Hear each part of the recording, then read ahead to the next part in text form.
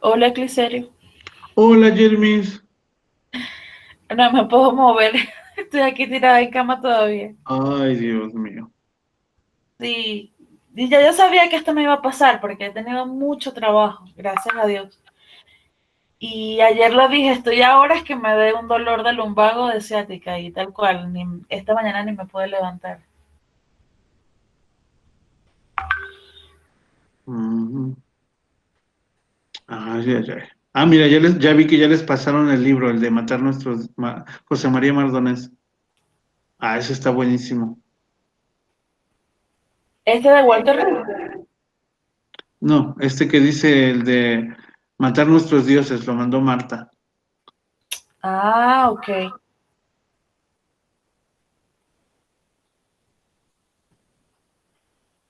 Y está el de Pastoral de la Salud, que dice, hola, Omar.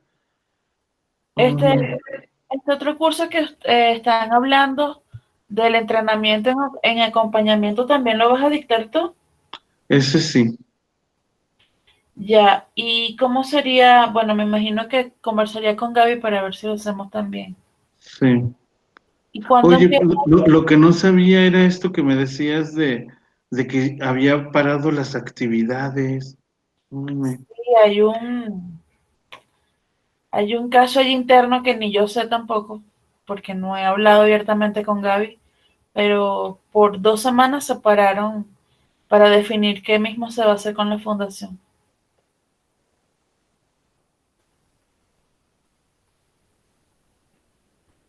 Sí, fíjate, yo ayer estuve investigando con un amigo abogado que tengo y me dijo que hay que ir al Ministerio de Salud Ujú. ay, ay, mira, me llaman. Mm. Hola, Andrés. Mande. Ah, sí.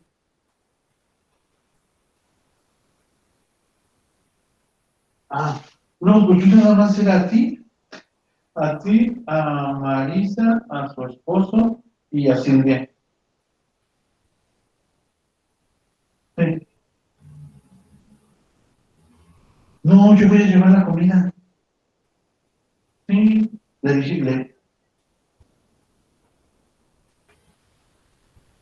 si quieres te hablo más tarde porque ahorita ya estoy aquí. ¿Sale? Órale, gracias. Ay, perdón. Tranquilo.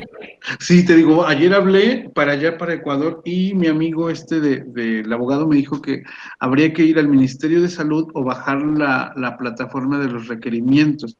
Pero básicamente es lo mismo de aquí. Nada más creo que sí les piden un mínimo en la cuenta. Ajá. Eso entendí. No sé la verdad si es eso, pero creo que sí les piden un mínimo en la cuenta. Sí, es que eso estaba ya incluso pagado, en serio, que ¿Mande? se le había pagado un abogado y todo para que hiciera.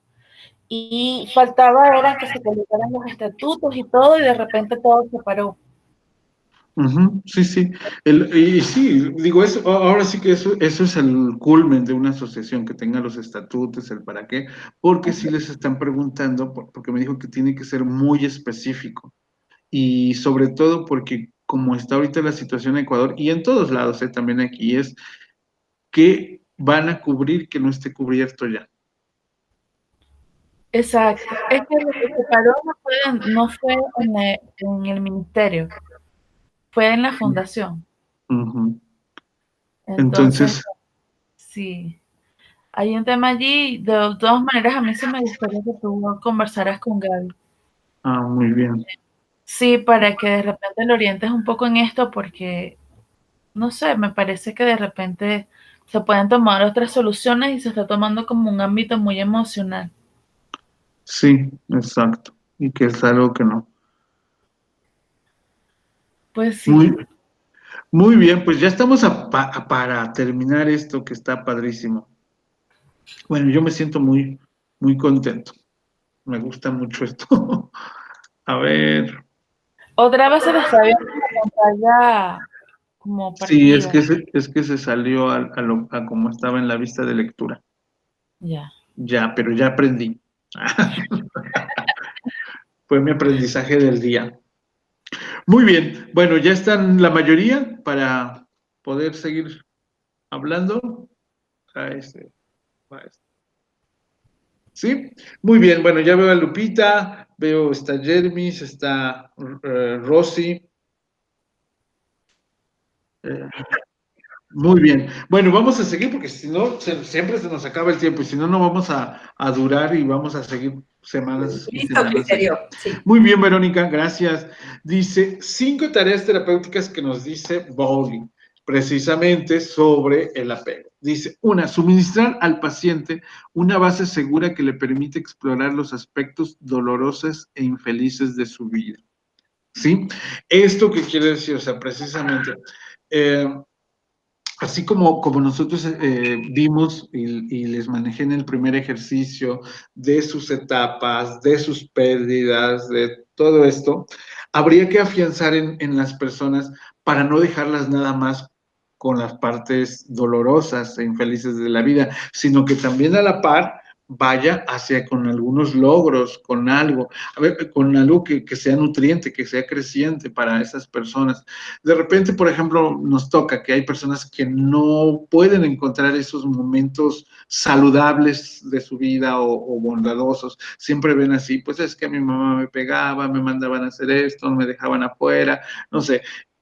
Hay, pero al mismo tiempo, a ver, pero tenías amiguitos, pero jugabas, pero hacías aquello. O sea, como tratar de resaltar alguna cuestión positiva, que si trabajabas, bueno, aprendiste a trabajar, aprendiste que las cosas tienen un valor y ahora pues tú les das el valor que requieren.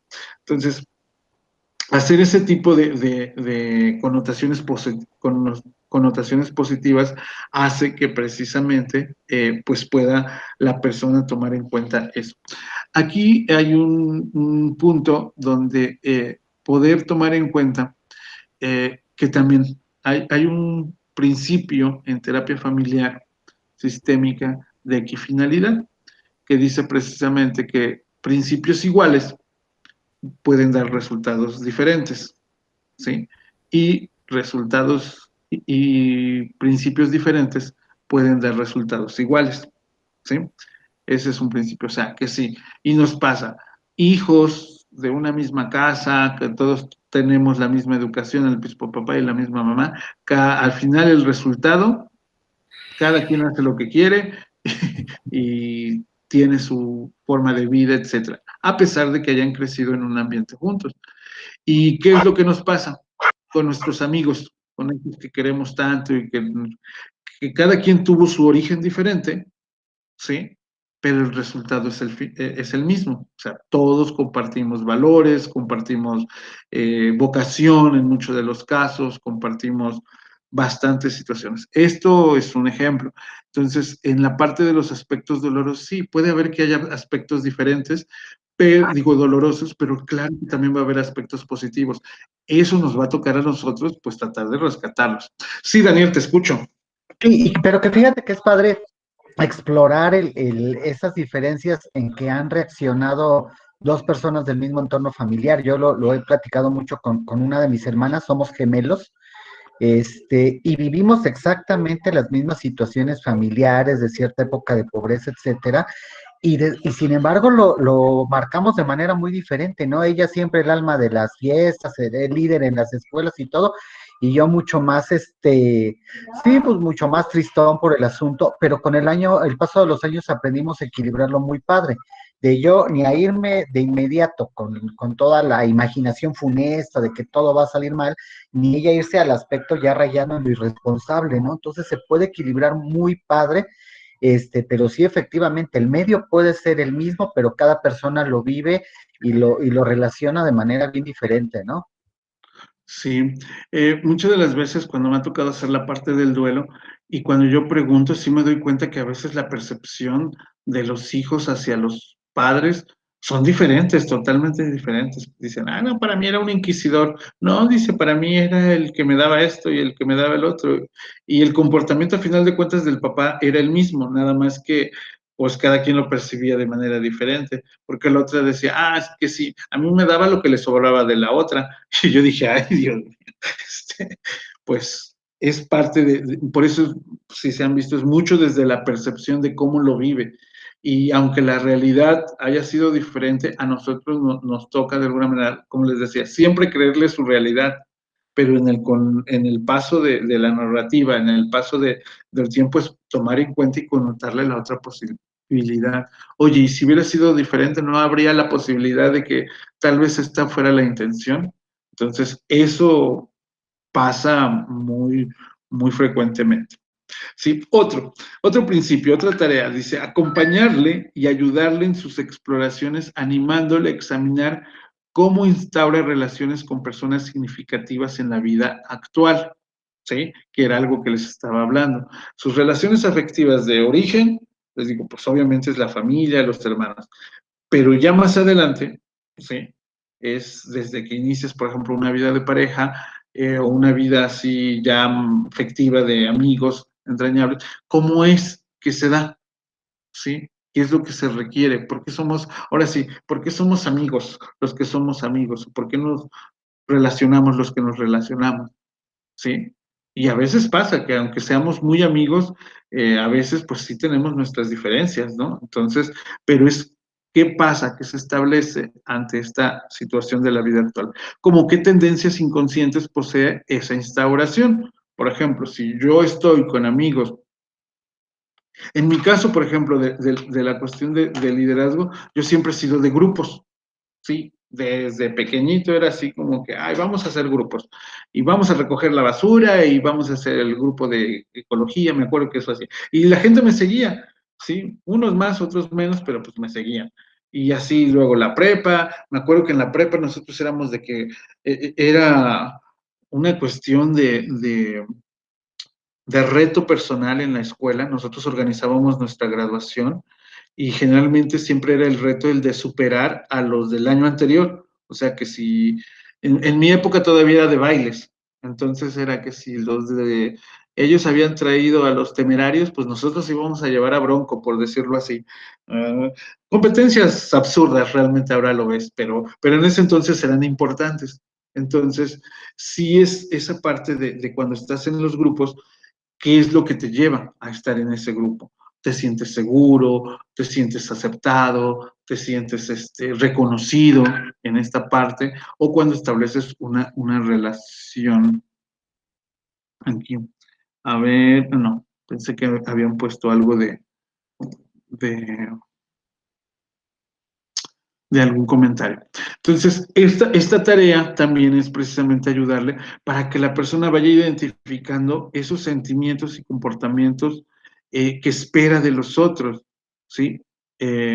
O de él mismo o de los otros ante una relación, ante una expectativa de relación. La otra tarea es animar a explorar la relación con el propio terapeuta, ¿sí? Por ejemplo, cuando nosotros estamos como terapeutas, cuando somos los acompañantes, por decirlo así, de una persona, también es ver qué relación tienen con nosotros, cómo nos ven a nosotros, ¿sí? Como ese profesional así inalcanzable, como ese amigo, como ese compañero, ¿sí? Y que se ve mucho, ¿no? Yo lo veo cuando acompaño a adolescentes, que de repente a veces empiezan con el usted, los que todavía tienen la costumbre y soy como su maestro, les digo, por la edad, y ya después se manejan de otra manera. Entonces, también esa relación y qué es lo que están esperando de nosotros. Hay algunos, el clásico, vengo para que me digas si estoy bien o estoy mal, así para que les califiquemos. Entonces, obviamente ya es la destreza de nosotros el ver que nuestra relación tiene que ser así, neutra, empática y genuina. ¿Se acuerdan que vimos eso? También, entonces, sí es importante el que la percepción de la persona que tiene cerca de nosotros y los sentimientos y acciones que estas originan, perdón, la conexión con la relación con los padres, con la infancia, con la adolescencia o con los que se han dicho de manera repetitiva, ¿sí? Siempre hay varios ejercicios, ¿no?, psicológicos que te llevan a la reflexión de los apegos y de las personas significativas. Esta parte de las significativas, les digo, actuales, es como entre las más importantes. Pero también, por ejemplo, uno puede tomar y puede uno preguntar de esas relaciones significativas importantes a lo largo de la vida, ¿sí? Y eso es muy importante también. ¿Por qué? Porque ahí nosotros descubrimos un poquito esa parte de cuáles han sido esas relaciones y cómo han sido, ¿sí? En mi caso, por decirlo así, les digo, muy autorrevelador yo, personas significativas que realmente impactaron en mi vida, así, yo reconozco 3, ¿sí? ¿Y qué he reconocido de ellas en ese ejercicio? Uno, la aceptación incondicional, ¿sí? Así, era en mis años adolescentes, era así como que yo estaba pues en mis momentos de, no de rebeldía, pero sí de como de explorar el mundo y de ver las cosas y todavía pues con una educación un poquito culpígena. Y entonces cuando yo voy y platico y veo y me dicen, ah, esas culpas no son tuyas, pues como que me libera, ¿no? Y tú puedes ser como tengas que ser. Entonces para mí fue una relación significativa de respeto de una persona que me significaba autoridad, ¿sí? Otra persona que también fue muy importante para mí en ese aspecto fue una persona que confió en mí y me dijo, aquí está esto y tú puedes hacer lo que quieras, y me dio la libertad de yo tener una libre acción. Para mí eso fue muy importante porque pues me demostró confianza y me impulsó mucho mi seguridad, ¿sí? Que una persona me diga, tú puedes hacer lo que tú consideres, nomás me avisas, es muy diferente a, por ejemplo, a la parte que yo venía de los padres, que tenía yo que hacer lo que ellos me decían, o que, bueno, realmente tampoco fue así, pero sí que era otra forma el tipo de autoridad que yo tenía en mi familia. Entonces eso me valió también en la parte del reconocimiento hacia mí mismo. Entonces, por ahí nosotros nos podemos ir explorando. Si ustedes lo hacen con ustedes, digo, si ustedes lo hacen con las personas significativas en su vida, que les han aportado su forma de ser, su forma de reaccionar, obviamente seguramente vamos a encontrar gente propositiva o gente negativa, ¿no? Gente que tal vez no hizo, bueno, influyó en ti para cuestiones un poquito negativas. Yo recuerdo y sí también tuve una relación así, es significativa en negativo, porque era precisamente un amigo con el que había como mucha competencia académica, ¿sí? Y era así de que siempre sacábamos 10 y nos retábamos a que a ver quién sacaba mejor calificación sin estudiar, o sea, con lo que aprendías de las clases. Yo dije, qué babosada. ¿Cómo me andaba metiendo en esos retos? Porque digo, no, pues si lo que tu idea era estudiar, ¿no? Lo que me ayudaba a mí es que me gusta mucho leer, entonces yo leía y era parte de lo que hacía. O sea, no era estudiar como tal, pero bueno, tenía referencias, pero digo, qué babosadas. Ya ahora ya adulto digo, ¿cómo me puse a meter a hacer esos retos? Y bueno, obviamente dijo que es negativa porque a veces se te queda, así como que para los exámenes me cuesta trabajo estudiar. Entonces, ahora, pero bueno, entonces siempre son como nosotros vamos a ir descubriendo qué tipo de apego tiene la persona. Y el último dice, hacerte capaz de reconocer sus imágenes, los modelos de sí y de los otros, derivados de experiencias dolorosas o de mensajes equívocos del pasado, para buscar alternativas más ajustadas a la vida presente. Eso es importantísimo, les digo también, en la parte de los apegos, porque muchas de las veces nosotros nos quedamos con mensajes que tal vez eran adecuados para el momento y el tiempo en que nos los dijeron, pero que ahorita ya debe de ser muchísimo más eh, desarrollado y sobre todo actualizado, ¿sí? Hay algunas veces que hay mensajes que te quedan tan introyectados para los que no conocen el término, es que quedan tanto dentro de ti que se hacen mandatos, lo que les decía un poquito ayer.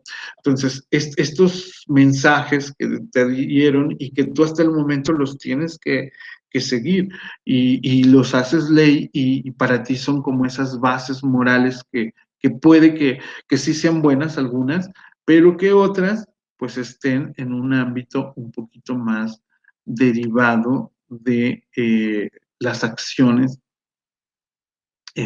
pues ya propias de un adulto, ¿no? Entonces, sí es importante el ir actualizando y todas estas tareas pues van relacionadas mucho a lo que la persona platica, a lo que la persona nos dice o lo que nosotros en un momento dado estamos provocando en la persona para que lo haga o digo, para que lo diga y que pues desde ahí nos va diciendo lo que se va teniendo.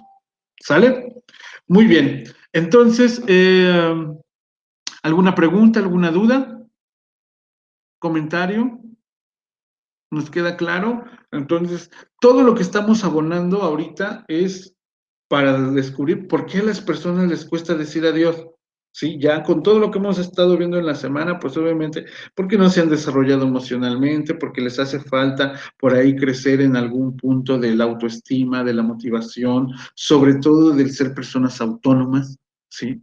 Generalmente una persona autónoma no vamos a encontrarle muchos duelos no resueltos. Eso no quiere decir que no los viva, claro que los vive, pero los vive de una manera más sana, ¿sí?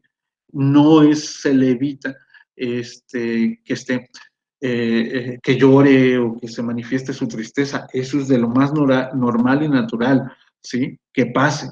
La situación es que pues va a salir mucho más fácil sin necesidad de tanta ayuda. El problema es con los otros, con las personas que han crecido con inseguridades, con dependencias o codependencias, que han salido o que han vivido de una forma en la que esta parte de sus afectos, por eso les decía su historial de afectos, el de cómo vive.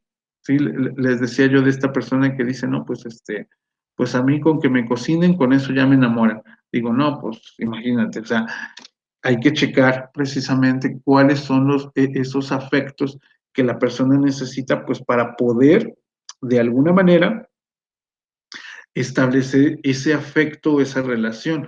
Está lo mismo con las personas que nos caen bien y las que no nos caen bien, ¿verdad? Las personas que no nos caen bien, generalmente, es porque obviamente se está proyectando algo que trabajamos en nosotros, que tienen ellos y que nos evita la relación, ¿sí? A veces vemos a alguna persona y dice, mira, ese está haciendo eso.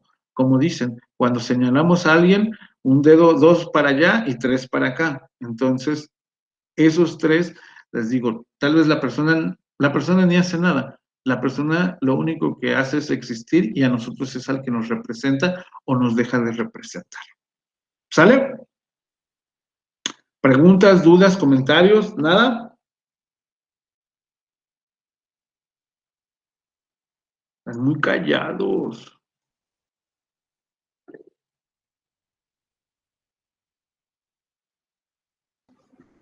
No, pues es que todas estas presentaciones, Glicerio, en mi manera particular de verlas, son para mucha reflexión.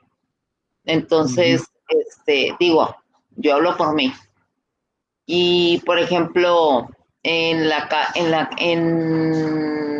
clase de ayer, o en la presentación de ayer, se terminó la presentación, ya ves el ejercicio que hicimos de las personas. Ajá, todo eso. Y a mí me movió muchísimo, o sea, emocionalmente me movió muchísimo, me hizo reflexionar en áreas de mi vida, precisamente en las relaciones con las demás personas, conmigo, y sobre todo en la parte de las expectativas. Que ahorita, por ejemplo, en el tema que ahorita estás tocando, pues tiene mucho que ver, o para mí se entreteje mucho, se entrelaza, precisamente porque parte de este tipo de apegos, ¿no? Dependiendo del tipo de apego que yo tengo, es en la manera que me voy a relacionar.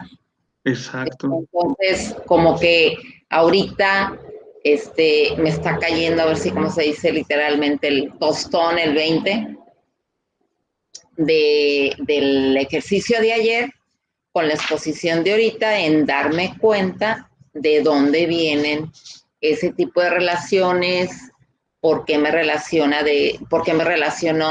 de esa manera, cómo lo hago y cuáles son ese tipo de apegos en los que yo realmente necesito pues trabajar, darme cuenta de ellos para conducirme ya a un apego autónomo, ¿no? Autónomo, sí. Y sobre todo le digo porque son los modelos que tenemos de relaciones anteriores. Así es. Sí, por ejemplo, ayer que estaban hablando y que, pues, disculpa también de que no podía entrar con la cámara, escuchaba que se relacionaba, por ejemplo, estaban hablando de las novelas mexicanas allá en Venezuela, ¿no? Sí. Y las novelas y las películas y los libros finalmente hablan de relaciones. ¿Sí? Finalmente hablan de relaciones en cualquiera de los aspectos, cómo se representan, ya sea que lo leamos en un libro, ya sea que lo veamos en una película, ahora que están muy de moda las series también. Entonces, vemos que las relaciones que nosotros mantenemos, por ejemplo, cuáles son las que nos gustan, cómo nos sentimos bien, ¿sí? Y yo creo que algunos de ustedes han visto, por ejemplo, la película de Lo que el viento se llevó. Sí. ¿Sí? De que es una relación pasivo-agresiva, de tú me haces y yo te hago, y me vuelves a hacer y yo te vuelvo a hacer. Entonces, así, y es un tipo de relación que está ahí y que precisamente es parte de la expresión y de cómo lo dejas. Y hay personas que están así, hay otras personas que les gustan esas relaciones, o bueno, se la soportan. Yo recuerdo, ahorita sí, ahorita que estaba hablando de los muertos, tenía un compañero, cuando íbamos en la secundaria, siempre saben que ahí está el que es muy noviero, y hay uno que era novio de una muy amiga mía, que nos conocíamos desde el kinder, pero siempre su relación había sido como muy tortuosa. Finalmente, pues se separaron, ya no fueron amigos porque los cacharon y los llevaron a la dirección. Les digo, son esos romancitos de la secundaria. Pero luego se agarró otra compañera de un nivel un poquito más abajo, y resulta que el muchacho era muy celoso, muy, muy, muy celoso. Y la muchachita era una güerita, nosotros allá les decimos de esos güeritos lecheros, porque era muy güerita y era así como, y y entonces cada rato se le veía llorando, o sea, como que ya todos sabíamos que si estaba llorando era porque algo le había hecho su novio, ¿no? Y después dices, qué ganas de mantener una relación así, donde precisamente si te llevan a la tortuosidad, pues ¿para qué? ¿Sí? Otros tenemos esa idea de que una relación, va a ser así, va a pasar por muchos problemas, pero al final vas a vencer. O sea, realmente también son situaciones de modelos de relaciones. Por ejemplo, y eso es de relaciones de pareja, pero también de relaciones de familia, ¿sí? O sea, estos modelos de una familia funcional no es una familia que no tiene problemas, una familia funcional es la que puede resolver los problemas y que en un momento dado va a tener esa nutrición de poder dar y resolver y darle experiencias a los miembros para que se puedan relacionar después en la parte social. Estaba viendo una chiquilla, una muchachita de 14 años, que precisamente me estaba contando de sus primeros, de su primer novio.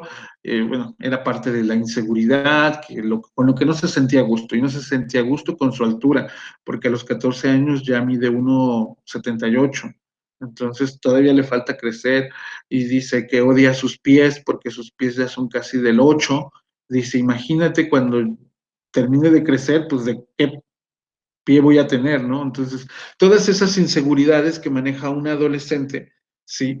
Y que en algún momento dado, pues ya estamos checando con la parte del novio, de que se hizo su novio, pero que de repente, pues la dejó, ¿sí? Ese no era el motivo de consulta, pero era parte de lo que yo tenía que conocer, de cómo se estaba relacionando ella, y pues que la dejó, dice, ya a final de cuentas ella como que lo hizo evitativo, dice, pero pues yo también ni quería ya.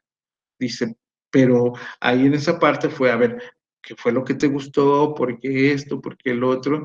Y se dio cuenta, y le dije, ¿y esas características dónde las has visto? Ah, pues en mi papá. Dice, le cayó el 20 ahí de que esa parte, le digo, entonces tienes que aprender y como trae conflictos con el papá, que realmente ese es el motivo de consulta, pues sí le cayó el 20 ahí. Dice, y entonces así me voy a pasar. Dice, voy a tener que casarme con alguien como mi papá. Le digo, no, eso ya va a depender de ti, que sepas escoger y que también le des la dimensión a tu papá como debe de ser. O sea, tu papá siempre va a ser tu papá y de que te quiere, te quiere. Le digo, tú lo has visto. Que no te quiere como tú quieras, eso es otra cosa. Le digo, y en eso no podemos decidir. Le digo, eso es parte, esos son los límites que tiene tu papá. Dice, entonces nunca voy a tener el papá que yo quiero. Y bueno, ya ahí usas la parte de las estrategias del papá real, el papá ideal, el del integrarse y sobre todo que tiene que tener la relación con el papá real, porque si ella sigue relacionándose con un papá imaginario, pues No, obviamente cuando tenga sus relaciones ya más serias, pues obviamente va a estar buscando cuestiones idealistas, ¿sí? Es como las clásicas rescatadoras o rescatadores que ven a hombres alcohólicos o a hombres violentos y se sienten a Superwoman y dicen, no, mi amor lo va a cambiar. Y pues claro que ni la cambian, ni la que cambia es ella, porque primero tenía buena intención y así están basadas muchas relaciones. Les digo, en la universidad, pues es que empiezas y dices, es que las mujeres ya no deberían de hacer esto y deberían de hacer el otro. Le digo, espero no meterme porque aquí, en camisa de 11 varas, porque aquí hay muchas mujeres, pero realmente es cómo la mujer educa y cómo sí. educa al varón. Entonces, que esto es algo, claro que el hombre también cuenta mucho, pero realmente es mucho la educación de la mamá, de lo que ella va impregnando, de la colaboración o, no, o la no colaboración en cuestiones del hogar, en cuestiones de la vestimenta, en cuestiones de cómo la persona se va dando. ¿Sale? Entonces, esos son los puntos que nosotros tenemos que dar. Ayer, después de tanto, yo me puse a reflexionar, dije, ¿por qué me tardé tanto? Y es que ayer les di parte de la clase de hoy. Sí, entonces, cuando hablábamos de los duelos complicados y de todos los tipos de duelos, ¿se acuerdan que tomamos un buen tiempecito? Pues es mucho de la parte de hoy. Entonces me dije, ¿y ahora qué les voy a dar? Si ya la clase ya la habíamos visto. Entonces, sí vamos a ver algunos otros tipos, pero sí quería también pues tomar en cuenta esto que muy bien menciona Flor, que parte de estos talleres, más que ser calificados por los conocimientos que adquieran, porque esos los van a tener, es qué cambio tiene. El objetivo del taller es que cambie mucho la percepción que ustedes tienen de cuando reciben a una persona en duelo, ¿sí? De por qué a veces unos son más resistentes al cambio y creo que ya les está quedando claro porque obviamente cuando llegan no les hacemos un examen de nivel emocional, de su desarrollo emocional, vienen como vienen y obviamente vienen arrastrando el sufrimiento que hayan tenido de acuerdo a su grado de involucración en los aspectos afectivos. Les digo, por eso es importante el checar.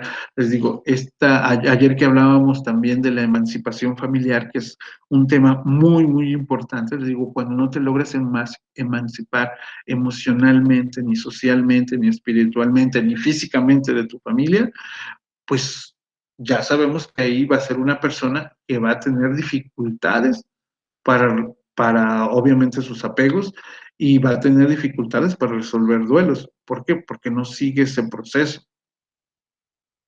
En estos días he estado un poquito activo con mis relaciones importantes y una amiga muy querida también se acaba de casar su hijo y ya se fue de su casa. Está pasando por lo que les decía que es el ciclo del nido vacío, que es normal para la persona que se va y que se queda, pues el vacío que se siente. Y que es muy importante el tipo de trabajo que se vive con la persona, les digo, porque está esta frase de no te mueras con tus muertos, o sea, de que precisamente el muerto tiene un lugar y hay que dejarlo y se tiene que desarrollar. ¿Cuál es la situación? De que el muerto ya no va a tener desarrollo. El muerto se va a quedar en el nivel que se quedó, ¿sí? El que va a seguir creciendo eres tú, porque tú vas a tener otro grado de conciencia, porque vas a tener otra parte importante. Entonces, la persona que falleció, hasta donde haya llegado, sus pensamientos y como queramos interpretarlo, va a estar ahí. Ya no se va a desarrollar, ya no sabemos. Va a comentar desde donde estuvo, ¿sí? Pero a veces pensamos que las relaciones todavía se mantienen. Eso no quiere decir que nos olviden, eso no se quiere decir que no se tenga respeto por esos entes que ya no están y que fueron significativos en la vida, sino simplemente se le da su lugar y obviamente lo sano es que si ya se quedó alguien, se siga avanzando, se siga caminando, pero pues ahora se permita otro tipo de relaciones y otro tipo de personas que van a venir a acumular esta parte. No sé si les pasaba, por ejemplo, en los cambios de escuela. Digo, hay algunos que nuestros cambios de escuela éramos los mismos, ¿no? Éramos los mismos del kinder, los mismos de la primaria, los mismos de la secundaria, de la prepa, y ya de la universidad, ¿no? Pero digo, y hay otros que siempre han tenido relaciones muy diferentes. O sea, por un lado fueron al kinder, por otro lado fueron a la primaria, por otro lado fueron a la secundaria, y hay muchos que no mantienen esas relaciones, ¿sí? Entonces, también les digo, es una parte de esa practicidad que tienen algunos, es decir, como es ese pensamiento concreto del niño, mientras te veo eres importante, y si no te veo, no eres importante. Entonces, es una parte que también es de desarrollo emocional. Mira, ahorita no recuerdo ningún título así exactamente de relaciones, de emancipación familiar, pero hay un libro de terapia familiar sistémica de Salvador Minucci y ahí viene un capítulo de las emancipaciones familiares. Pero voy a buscar, sí debe de haber, nada más ahorita no lo tengo tan aquí en la cabeza, pero sí ese libro, les digo, ya es de terapia familiar, ya son algunos términos que tal vez les puede ser difícil, pero si no, igual yo les busco algo. ¿Sale? Muy bien, pues vamos a continuar. Vamos a ver un poquito de esos duelos especiales. ¿Están viendo mi pantalla? No, no se ve. Muy bien, entonces vamos a compartir. Ya veo aquí. Ya se ve. Ya se ve y vamos a ver aquí donde está vista de lectura. ¿Ven que ya aprendí? Ah, dale. Pero ya la cerré porque le moví. Entonces, sí, Vero, ya me tocaba. ¿Verdad? Que precisamente esa es una presentación que es complementaria, básicamente, a esta parte de los duelos difíciles y que son de los duelos complicados. Les digo, ayer estábamos viendo ya, vamos a tratar de ir concentrando todos estos conocimientos que hemos estado aprendiendo a lo largo de estos días. Dice, cuando la muerte ocurre, sus circunstancias inesperadas y repentinas se dan previo aviso, como es el caso de los accidentes, los desastres naturales, el suicidio, el homicidio. En este caso ahora podemos agregarle la parte del COVID. Pues el dolor es más agudo, es más traumático y las reacciones son más severas, exageradas y complicadas, ¿sí? Obviamente que las personas, dependiendo de las herramientas que vayan teniendo para poder darse cuenta, para poder expresar lo que sienten, les digo, es un shock. Digo, si de por sí la muerte conlleva este desprendimiento, esta separación, ¿sí? La situación es que cuando es algo inesperado y repentino, pues obviamente que da muchísimos problemas más en cuanto a la expresión, en que precisamente no estamos ni calentando nuestras herramientas para poder corresponder o responder de una manera más saludable. Entonces, el estado de shock, la sobrecarga, las capacidades de reaccionar, pues se van a minimizar. Dice, la persona se va a sentir pues más abrumada por el suceso inesperado, imprevisto, y sus mecanismos para enfrentarse, para enfrentar la situación, resultan a veces insuficientes, ¿sí? Todos, yo creo que cuando nos agarran algo como cuando nos dicen, ¿no? Es algo que me agarraron de sorpresa, no me agarraron bien parado, ¿verdad? Pues lógico que aunque tú tengas buenas herramientas, pero si te agarran desprevenido, puede ser que no las agarres, puede ser que tus reflejos ya no sean los mismos, y entonces, pues claro que va a haber esta parte de ese sufrimiento. Las complicaciones que pueden surgir al enfrentarse a una muerte traumática, pues es la capacidad de adaptación del doliente, pues va a disminuir como consecuencia del evento traumático.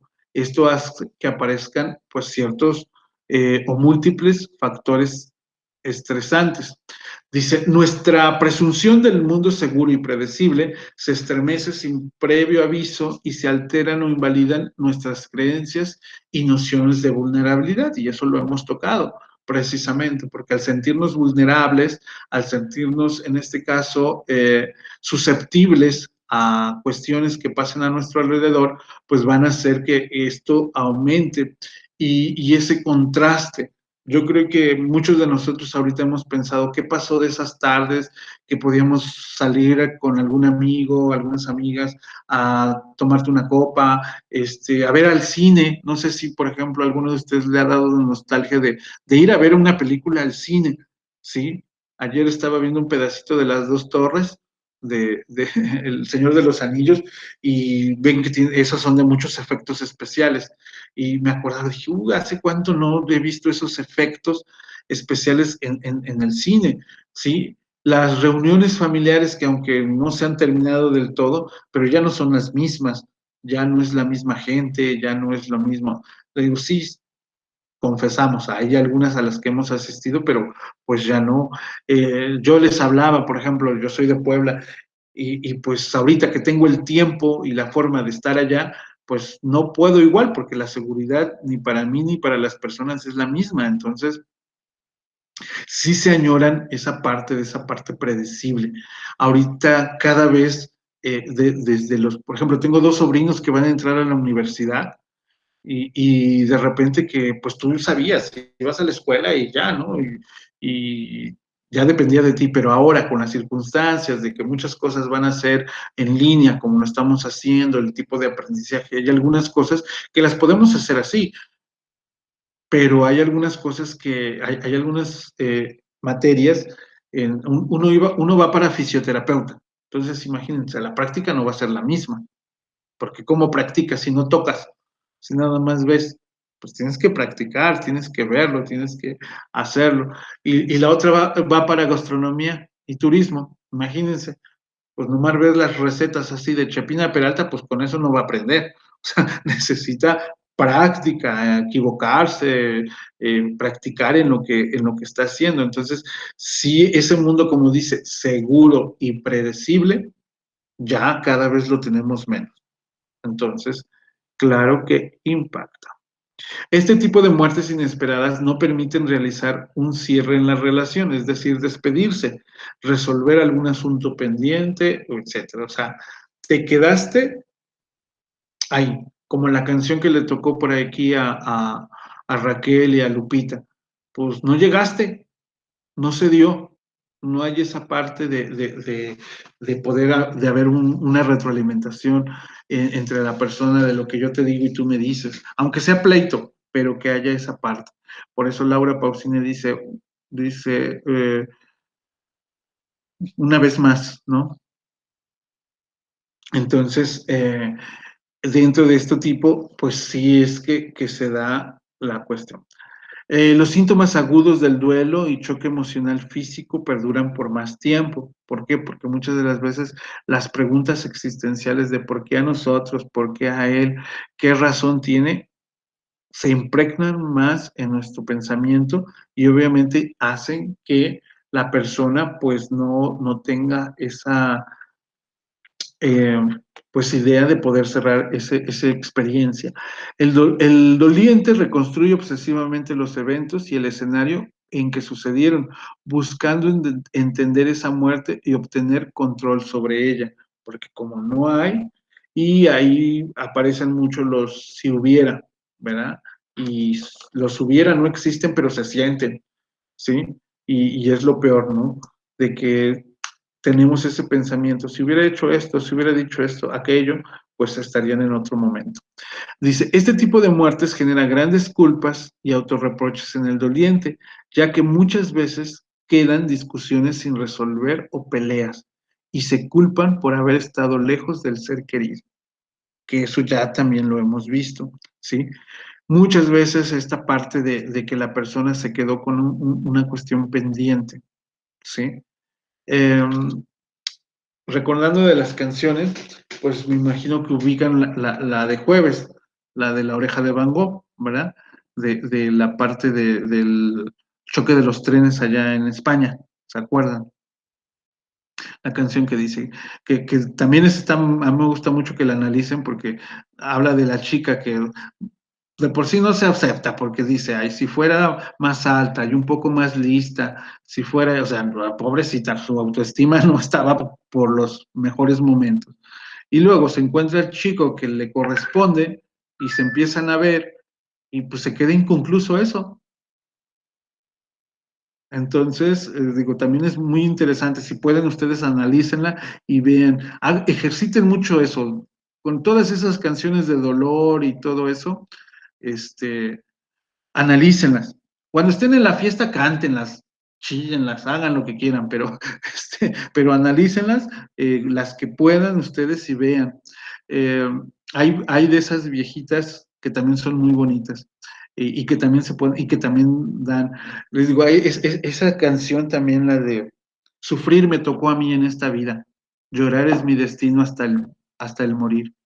Digo, pobre de esa persona que escribió eso, digo, ¿qué estaría pasando para poder sensibilizarse con esas palabras, ¿no? Entonces, bueno, seguimos. Las reacciones emocionales, pues, suelen ser más intensas. Obviamente que es lógico que llores, es lógico que haya esa parte, pero ante la impotencia y la frustración, pues se hacen más grandes. Entonces, sí es importante el trabajar esos aspectos. Dice, aparece el estrés postraumático que se manifiesta a través de la intrusión de repetidas de imágenes y recuerdos trágicos y del incremento de respuestas psicológicas. Y me estaba acordando de la película, hay una de estrés postraumático, que la verdad es muy, muy, muy padre que la vieran, no me acuerdo ahorita del título, pero se las voy a buscar, porque una persona que vive el estrés postraumático, les digo, es una persona que necesita atención, necesita seguimiento, sobre todo si de por sí necesitan hablar, en estas situaciones de intempestivas, se requiere hablar muchísimo más. Mira, por ejemplo, el duelo por un hijo que checábamos. Dice, sabrás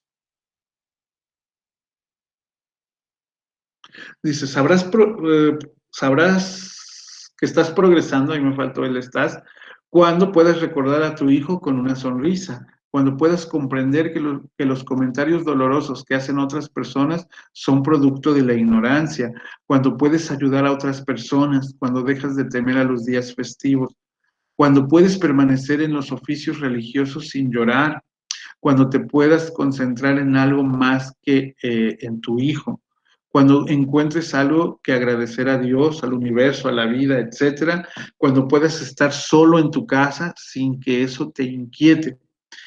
Eso es un momento, en un momento dado, lo que nosotros nos vamos a dar cuenta que la persona está progresando.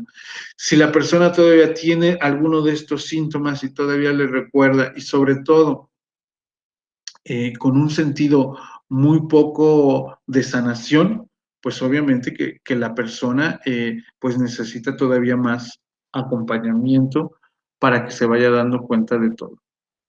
Dice, cuando ya no sientes que tienes que ir al cementerio todos los días o todas las semanas, si me ha tocado personas que van todos los días después a ver cómo está, cómo amaneció. Obviamente que eso no es sano para la persona. ¿Por qué? Porque no está pasando al siguiente nivel. Dice, cuando puedes tolerar el sonido del llanto de un bebé, la plática de un hijo, la historia de otras personas, o las historias de otros muchachos, de otros jóvenes, dependiendo de la edad de los hijos. Cuando no tengas que apagar el radio, cuando escuches su música favorita, ¿verdad? Cuando encuentres algo que te haga sonreír, cuando puedas pasar por el hospital o esa esquina, eh, eh, cuando puedas pasar por el hospital o esa esquina sin gritar, me distraje aquí por un comentario, perdón, que eso es muy común. A muchísima gente le cuesta regresar, por ejemplo, a los hospitales. En las clínicas de hemodiálisis pasa mucho también, de que la persona no está dando ese soporte emocional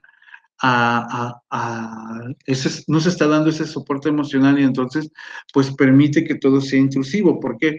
Porque en lugar de verlo como una parte propositiva donde de alguna manera adquirió salud, donde de una manera, o sea, de verlo más proactivamente y propositivamente, siempre se ve lo más negativo como lo es el sufrimiento. Cuando ya no te sientas agotado todo el tiempo, esto por los síntomas,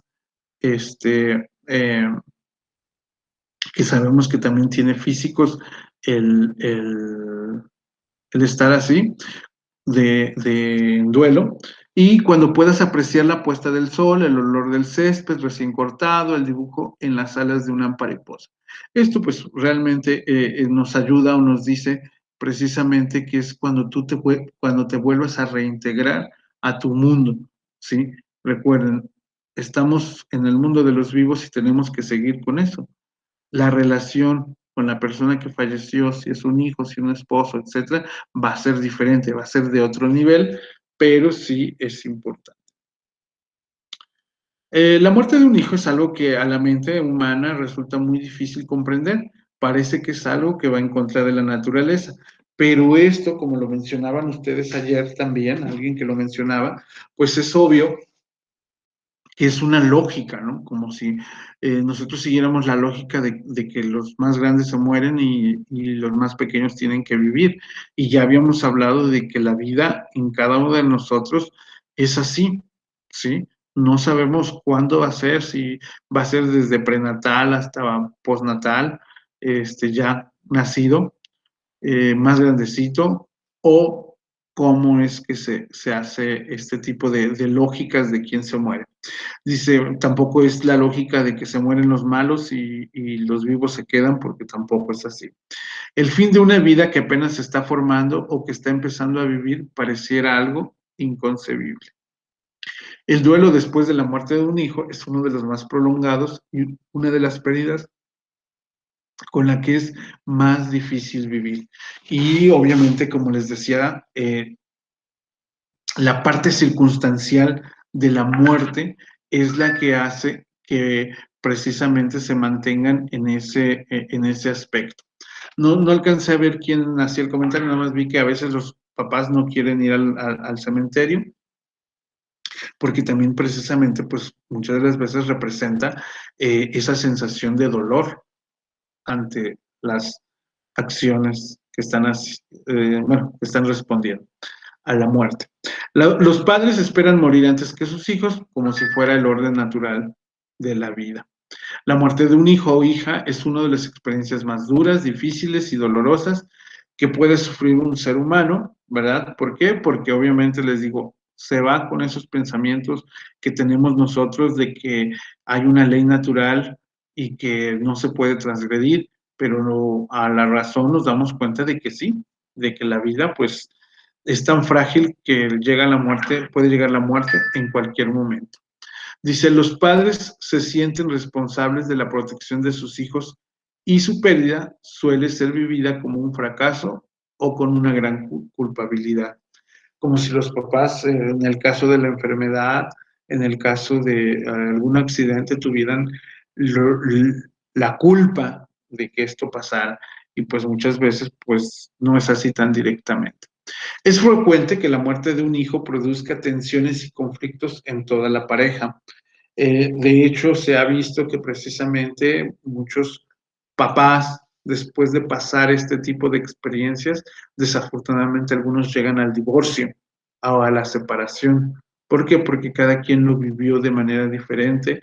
De repente a veces del lado femenino dicen, es que tú no lo cuidaste, le dice el papá, no lo venías a ver, etcétera, por el trabajo, lo que sea. Y luego el papá le dice a la mamá, no, pues es que yo te lo dejé a ti, tú lo tenías que haber cuidado y mira, se murió. Obviamente cosas un poquito irracionales porque no es así como funciona, ¿sí? Pero el dolor pues hace que llegue. Las dificultades para aceptar que la pareja viva la pérdida a su manera. Un miembro de la pareja puede sentir, por ejemplo, que el otro no le importa la muerte lo suficiente y quizás por eso no llora o porque no quiere hablar del fallecido. ¿Sí? Ahí estamos hablando de un duelo evitativo, ¿verdad? Que no quiere hablar de lo que está teniendo. Por otro lado, a veces la necesidad de parecer fuerte puede interpretarse por el otro como una falta de interés. Culpar a la pareja. Es frecuente que uno de los miembros de la pareja piense que el otro es de alguna manera responsable de la muerte. Esto se puede traducir en reproches continuos o en sentimientos de impaciencia e irritabilidad hacia el otro. O sea, se van haciendo convivencias fuertes.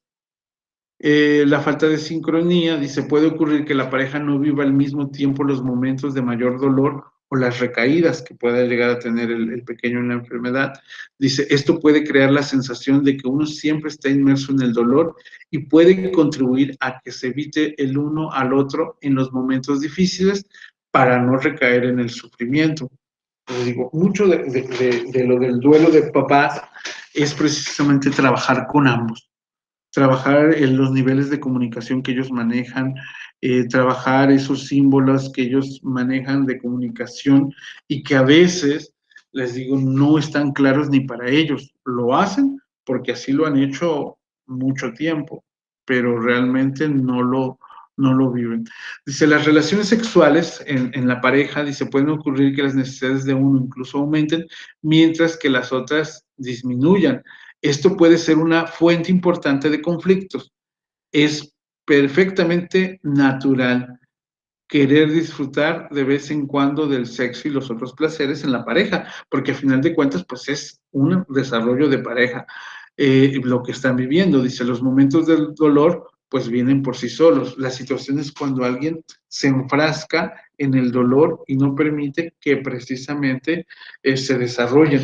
En pacientes con cáncer, por ejemplo, me ha pasado, sobre todo esto con la parte de las células madre, de que muchos pasa eso de que se quieren volver a embarazar para tener precisamente la médula y cosas así. Y de repente la vivencia, a mí me tocó cuando estaba en el Soquipan, Mónica, también vivir ese tipo de que a veces estaba la mamá pero no estaba el papá, y a veces eran los conflictos porque el papá pues decía que la mamá no hacía nada, ¿no? Y estaba ahí cuidando. Entonces, desde todos los aspectos, a veces surgen este tipo de problemáticas y también parte del resolver la ansiedad en un momento dado con estilos de afrontamiento así ansiosos como el sexo en este caso, que es más para una función de estrés que el proceso normal de convivencia, pues se llega a ver también. Aquí es mucho de convencernos y convencer que le resultará muy difícil sobrellevar esta situación solo, que aquí es donde se necesitan los acompañamientos, precisamente por lo intempestivo. No pretendas tampoco que tu pareja se convierta en tu principal soporte afectivo, porque bastante tendrá él con el suyo también. ¿Sí? Entonces, aquí también es esta parte de no fomentar como que alguien sea el fuerte, sino que ambos pues son débiles o son vulnerables, en ese momento se están sintiendo de esa manera y que pueden de alguna forma pues poder desarrollar otros aspectos dentro pues de lo que se va viviendo. Dice, busca pues una o dos personas más de confianza con quien compartir el dolor. Procura mantenerte lo más unido a tu pareja, apoyándose mutuamente, respetar el ritmo y la manera de llevar el duelo del otro. Entonces, voy a leer aquí los comentarios porque ya son varios y dice, Sergio era el que decía que los padres no quieren ir al cementerio. Tampoco hay que obligarlos, ¿eh? Si en un momento dado ellos no están en ese momento con la disposición, tampoco hay que obligarlos, pero sí es como establecer una relación sana y ayudarlos a que la restablezcan obviamente entre ellos y con el fallecido. Dice Rosy Potenciano, dice, a mí me pasa que la gente me dice que he de traer novio, que a gusto ya estoy sin compromiso de marido, que cómo es posible que me divierta, que tenga ganas de hacer porque no me ven llorar. Ay, sí, recuerda que la gente de repente opina muchísimo y esta parte de lo que no te haga, lo que no te dé salud, Rosy, creo que pues tampoco debemos darle tanto poder a lo que dicen ellos, sino a cómo tú lo estás viviendo, a cómo tú de alguna forma vives esta situación de la vida. Ya nos contabas ayer un poquito cómo lo estás viviendo hasta cierto punto en soledad, pero yo creo que tu comportamiento no debe de ser menoscabado por nadie, y mucho menos por comentarios que no están fundados en una realidad y que sobre todo no te hacen bien.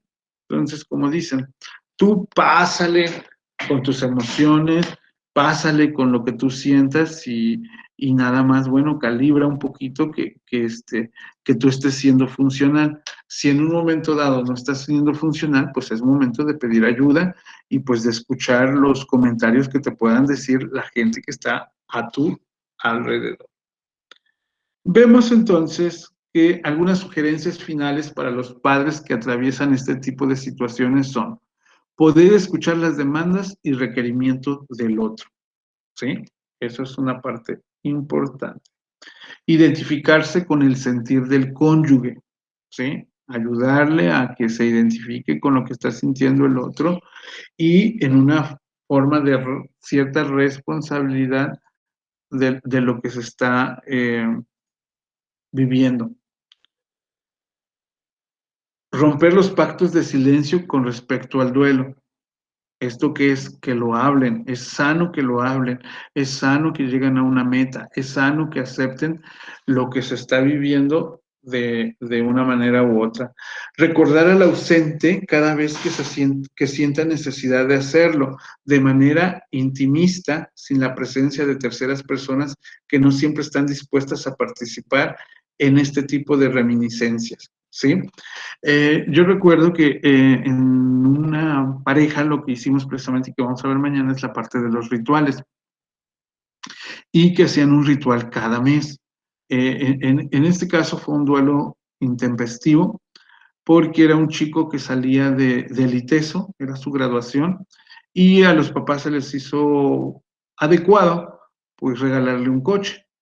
Entonces, el mismo día de la graduación, el paciente fallece.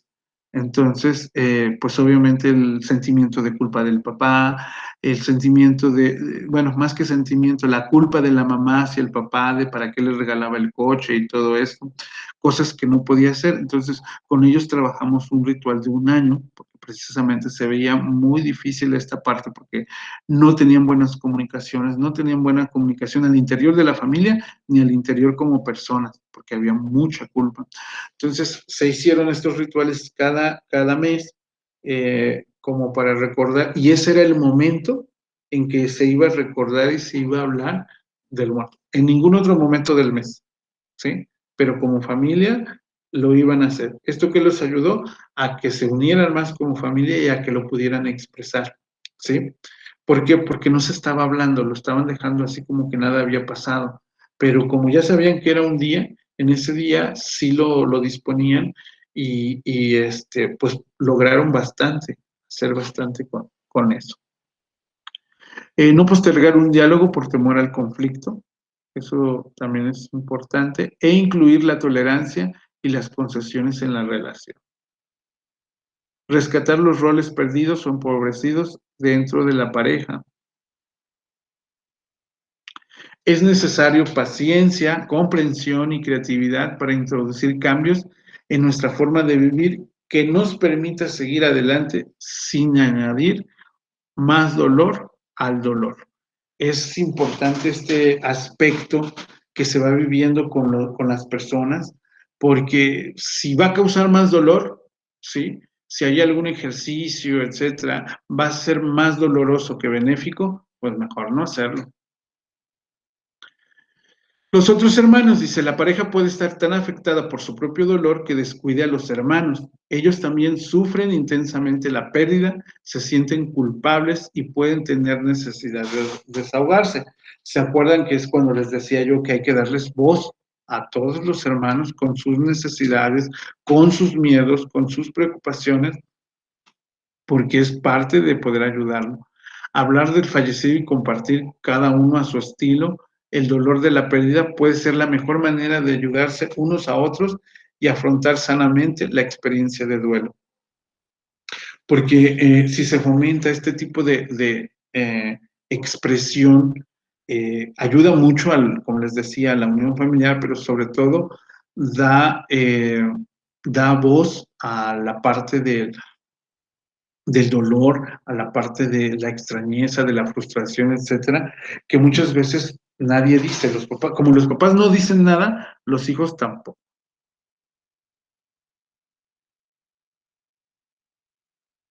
Dice, cuando muere un hijo, muchas veces se centran en los padres, como ya les decía, desgraciadamente parece que se les olvidan los abuelos, mientras que los otros se preocupan de los miembros directos de la familia. Sin embargo, el pesar de los abuelos es real también, profundamente doloroso. Además, los abuelos sufren mucho dolor y frustración viendo el pesar de sus propios hijos y no pudiendo evitar la angustia o el pesar que continúa por semanas y en algunos casos hasta por meses.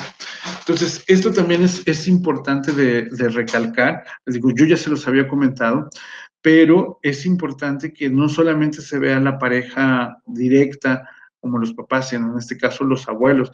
Y si fue una situación de los abuelos, es de los hijos y de los nietos. El chiste es que todos estén en esa comunicación que se vaya haciendo. Dice, ¿cómo un abuelo desconsolado tiene que enfrentarse, dice, a dos tareas? Uno, hacer frente a su propio pesar y otra, a ayudar a su hijo desconsolado.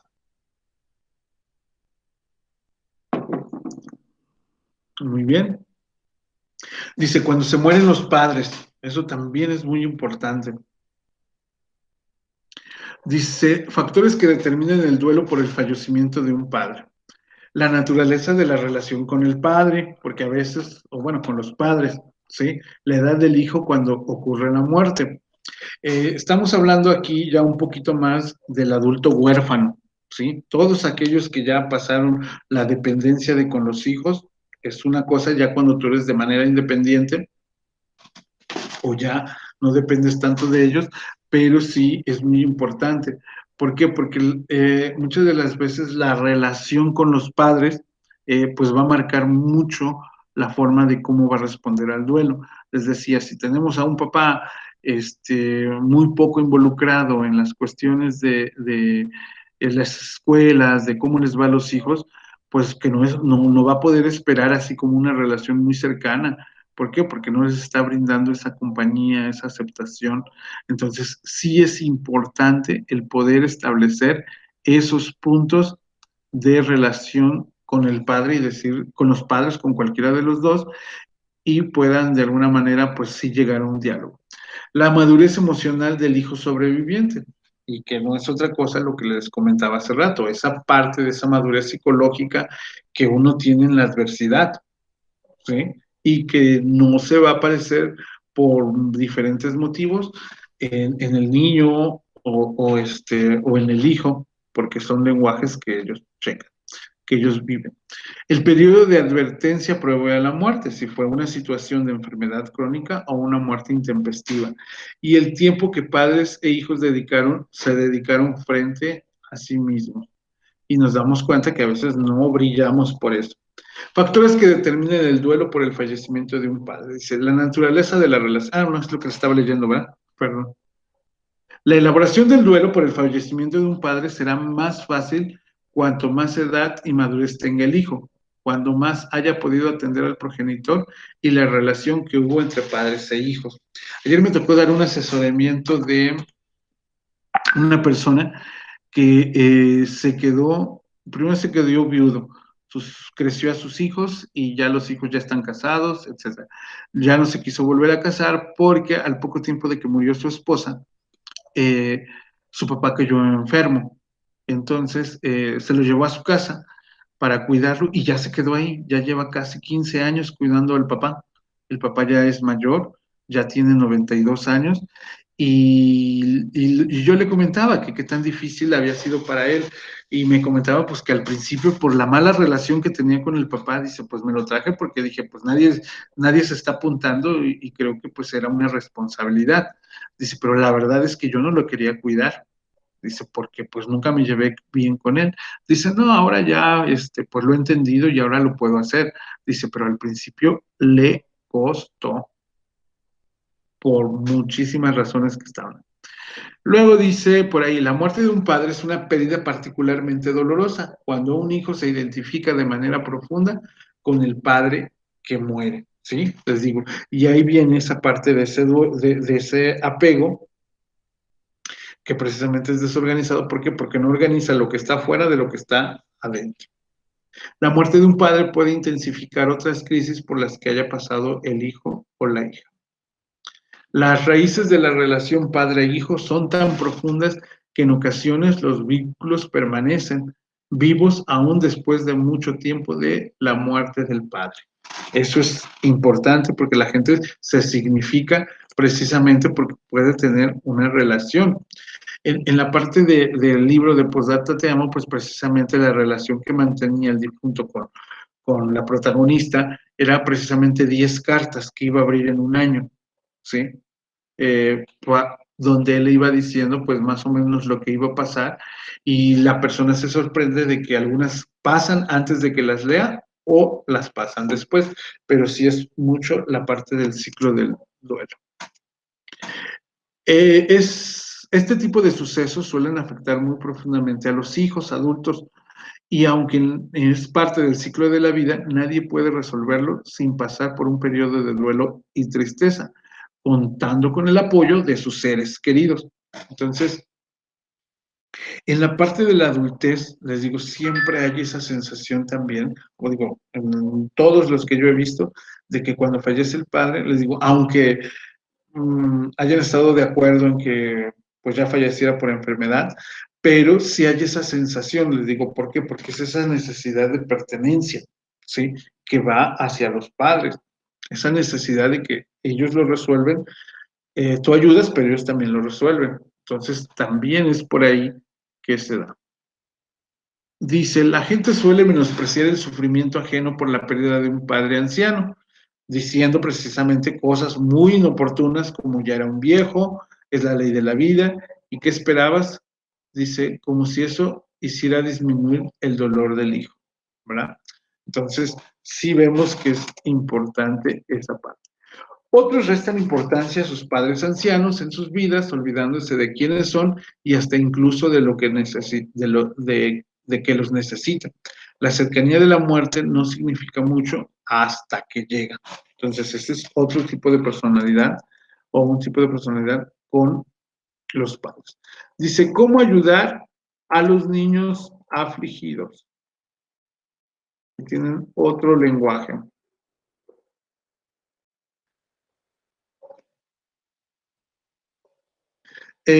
Pensar antes de hablar, ser honesto en las emociones, en lo que tú sientes, en lo que tú piensas, ayudar a los niños a poner sus sentimientos en palabras, ofrecer oportunidades no verbales a los niños para expresarse, asegurarles que alguien siempre cuidará de ellos, compartir sus creencias religiosas, pero recuerden que los niños pequeños comprenderán sus palabras literalmente, entonces hay que ser cuidadoso con los niños, en este caso con el grupo de edad. Ayudar a los niños a recordar a su papá y a su mamá y recordar que la aflicción de los niños tiene ciclo, ¿sale? De que son ciclos, no siempre los vamos a ver llorando porque se van a distraer, pero van a tener esa parte de ese duelo que está atrás, o con violencia en la escuela, o con demasiado callarse. Entonces, sí es importante ir estableciendo esos puntos.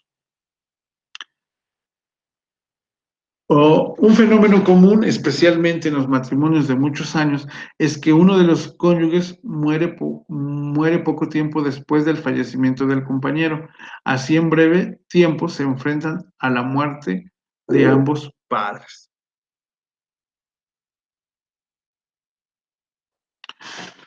Sí, nos dice Jermis que en su caso muere su abuelo. Dice, con mi abuelo fue diferente. Él era el patriarca de la familia y se siente el vacío.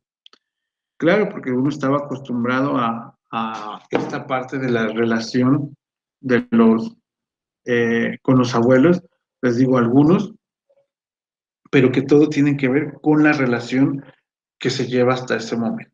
¿Sale? ¿Alguna pregunta o duda? Porque ya nos pasamos un poquito.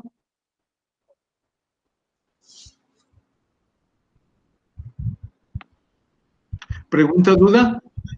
¿Ninguna? Claro. Dice Marta Leticia, dice, por estadística, mueren más los hombres al quedar viudos. ¿Sí?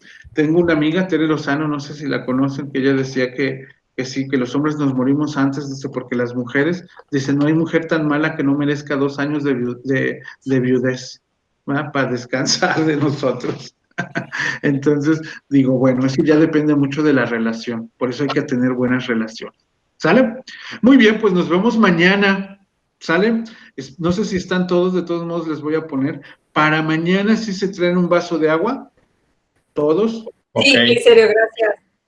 Para mañana se traen un vaso de agua. Para mañana se traen una foto suya. De ustedes. Okay. Así. Y con eso vamos a trabajar lo de los ritos. Si tienen una vela de cumpleaños o un cirio o lo que sea, también se lo traen. No lo vamos a quemar, pero sí lo vamos a usar. ¿La foto de ¿Sale? la serie? ¿O de la actual? Actual, de la que tú quieras. Pero principalmente es la actual. ¿Tipo así? ¿Sí? Sí, mira, tú la tienes a la mano. ¿Sale? Muy bien. Entonces nos saludamos mañana. Gracias. Adiós. Gracias. Chicos. Gracias. Mañana. Gracias. Buenas tardes. Gracias. Mañana. Adiós a todos. Adiós, adiós.